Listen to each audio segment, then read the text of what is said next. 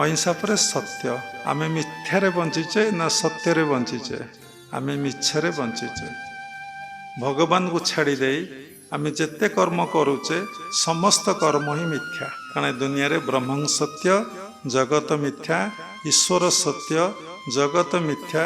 ଈଶ୍ୱରକୁ ଛାଡ଼ି, ଈଶ୍ୱରଙ୍କ ପିତାର୍ଥେ କର୍ମ ଛାଡ଼ି ଯାହା ଆମେ କରୁଛେ ତାହେଲେ ସମସ୍ତ କର୍ମ ହେଉଛି ଆମର ମିଥ୍ୟା। ତାହେଲେ କେବଳ ଈଶ୍ୱରୀୟ କର୍ମ କରିବା।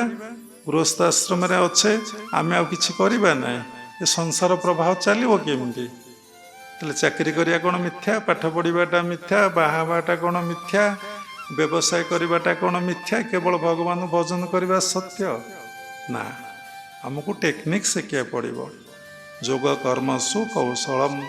ପ୍ରତି କର୍ମରେ ଆମକୁ ଗୋଟେ କୌଶଳ ଶିଖିବାକୁ ପଡ଼ିବ। ପ୍ରତ୍ୟେକ କର୍ମକୁ ଆମେ ଭଗବତ କର୍ମ ବୋଲି ଭାବିବା। ନୋ ଗଡ୍ ନୋ ୱାର୍କ,